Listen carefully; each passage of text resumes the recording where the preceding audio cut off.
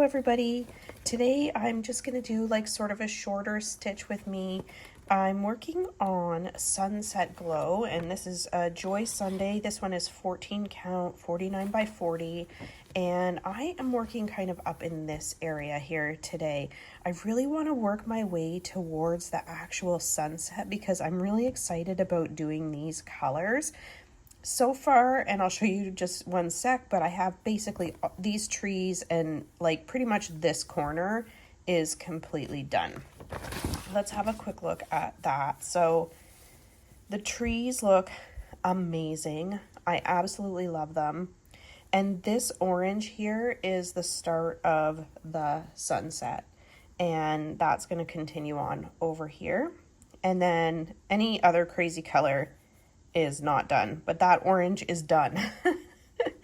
Sometimes it's hard to tell on camera, like what orange is the wonky color from the pattern and what orange is actually in there, but there's the beginning of the sunset. Excuse me. So I am just working on here, and let me get focused here.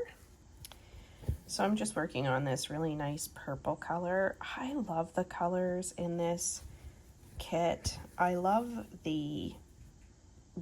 all the purples and blues. Maybe I'll do stab just because I think it's a nicer view for anyone who's stitching along with me. I also, from this project, have realized that I actually really like 14 count. 11 count is nicer because it is easier to see, it's bigger, etc., etc. But 14 count, I like the way the stitches lie in the end. They really sit just perfectly, like there's perfect coverage. You don't see as much of the canvas poking out the back as you do on the 11 count projects. So, I don't know. That's that. And I think I mentioned before how I really like being able to just pull out a strand rather than with the 11 count. Because it's 3 strands, you have to basically take the whole strand off the card and separate it. So what are you guys doing today? What are you up to? I mean, right now you're probably doing stitching because it is a stitch with me. Yesterday I went and got a manicure and pedicure, and here is, I just picked a really neutral color for my fingers. I keep my nails really short. I do not like the feeling of having longer fingernails. I know some people really like it. I don't know, it grosses me out. And then I also, so on the pedicure, I picked out a color that was kind of, it matched with this. It was, but kind of like opposite on the color wheel. So it was a green, and it was supposed to be like a sage green. And I picked it out, and then I was doing the pedicure, but I was reading a book and I was not paying attention to what the girl was doing. And then about halfway through the pedicure, I looked down and I went like, oh my God. Because the color, it turned out, was this like hideous fluorescent green. And I'll just insert a picture for you to look at if you choose to look at my toenail. But it was already half done, like several, I think one entire layer was on one foot, maybe even both feet. And so I just left it. I didn't bother asking them to change it because, by that time, it would have just been a hassle. And if I had been paying attention, I'm sure they would have changed it, but it's also my feet and summer is basically over, so I'm not going to be prancing around with my toenails out. So I just thought, okay, well, whatever. It's just an ugly color. So that was yesterday. And then I went to the thrift store and got some books. So I have a free little library on my lawn that I often buy books for it. Like the idea is the community members, like you come, you take a book and you drop off a book and you just trade. But like I love buying books. So even though the library is pretty self-sustaining, I often just buy books for it from the Goodwill and stuff because I don't know, just the thought of somebody coming up and finding a book that they like, it's exciting. And there's a lot of kids who come by. We don't have a ton of kids on our street, but the ones that are here seem to enjoy reading. So they had books for 50% off, kids' books. Anything with a yellow tag, anything with a yellow tag was 50% off. So there were a bunch of kids' books that were regular 75 cents or $1. So I got a handful of those. And it's funny because the thrift stores in our area, so there's Goodwill, that's the biggest one, obviously. And their prices are insane for books. Like they have started charging for like a crappy little paperback. It's like almost $3.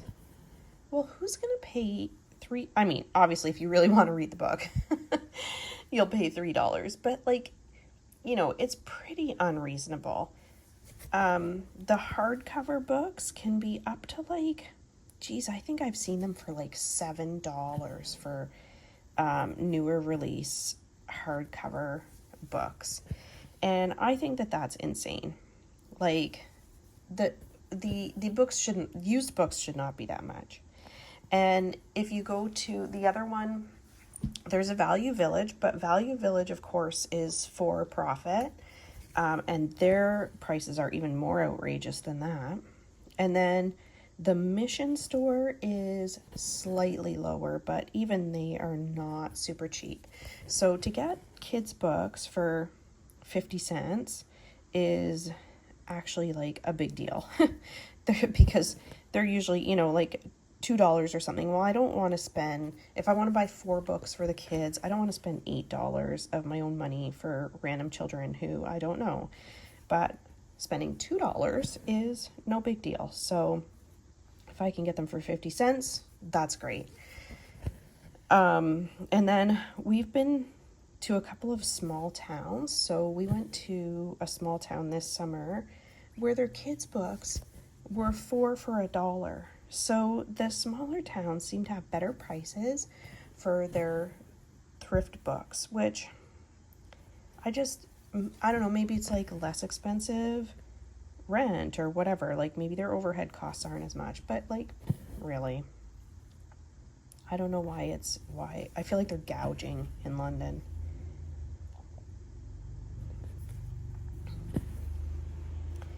So those were the big outings yesterday, and then we went for dinner at this kind of new place near us. It's kind of near us, called the Piping Kettle Soup Company, I believe. It's a chain, so you might have heard of it or you might have one. And I really liked that because they have just sort of normal food. It's more toward the fast food spectrum of, you know, service and whatnot. But they just have like regular sandwiches. They have really delicious soups and salads. And you can get a normal sized portion. So there are small sandwiches on a regular sized bun. It's not a giant foot long sub. And then their small soup is just like maybe half a cup of soup. And their small salad is half a cup of salad. And they have pre-made salads like bean salad. They don't have like lettuce salads, but it's bean salad, pasta salad, those kinds of things. I got the bean salad, and it's a dill bean salad, and it was so good. And so everything's just sort of regular food. It's not like the sandwich is the most delicious focaccia with garlic aioli. Well, I think you can get the garlic aioli there, but you know, it's not like some fancy sandwich that you would get in an expensive restaurant. It's just a bun with some turkey on it and some lettuce and, you know, something a little bit closer to what you would make at home. So I think it's nice. And then it's cheap. So both the two of us ate for, I think it was $24. We got with drinks. We got our dinners. So very reasonable prices for what you get. And I wish there were more places like that where it's just regular food, because we're not big, we don't cook a lot. If you look at our fridge, it's really sad. We don't have a giant fridge full of food. We both work, so, but my husband actually is off work right now. He got a knee replacement surgery, which was very dramatic. It's now, I think 6 weeks, between 6 and 7 weeks since he got the surgery, and he's feeling a lot better, but it was rough. The first 2 weeks were really, really awful. He was in a lot of pain, and it is a very, very disabling surgery. Like, the day after he had the surgery, the night of the surgery was fine. He was lifting up his leg, throwing it around, you know, walking around with the walker. And then he woke up the next morning and his leg would not function. Like, literally, he could not use his muscles. They just gave up. They were in shock. The muscles stopped working. The nerves were not firing. Like, it was crazy. And then so has spent the last 6 weeks trying to get everything sort of working together again. And it's not so much at this point about pain as it is just about getting the range of motion back and being able to, you know, do things more normally. Like, he can walk, but it's a little bit of a limp, for example. So he's trying to get everything kind of working together. And, you know, what's really funny is he was getting very bow-legged. And when I would look at him, he'd be very bow-legged, and I always thought, oh, I guess that's just how he walks. That's just what he looks like. And I just never noticed it before because it happens so slowly with the arthritis in the knee. So I didn't notice any particular time that it got worse, just over the years. And then when he came out of surgery, now it's straight again. And I thought that was just like his physiology, but it turns out it was the knee. So that was really funny. I read on the internet about somebody who says that they had the surgery and they were very bow-legged, and now they're not bow-legged, and also they're an inch taller, which I think is really funny. I'll have to get my husband to measure himself to see if he got any taller, because he was a little shorter last time he went to the doctor before all this, and I never ever thought it could be because of the bow-leggedness, but we'll find out.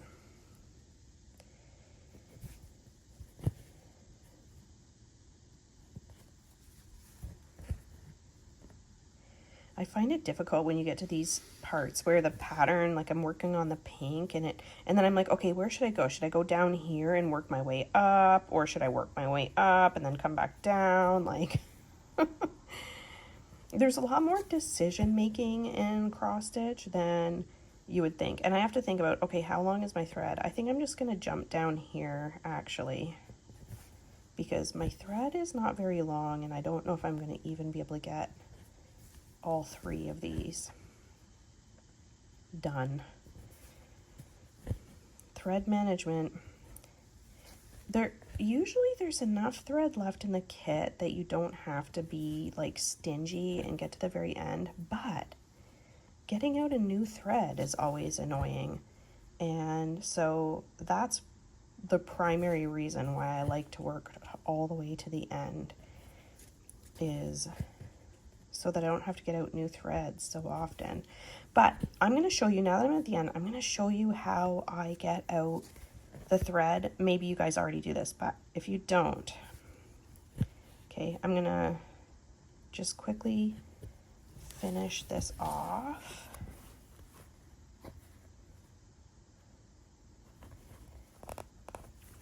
Okay, so let me show you, just in case you don't do this already. So I am working on number 37.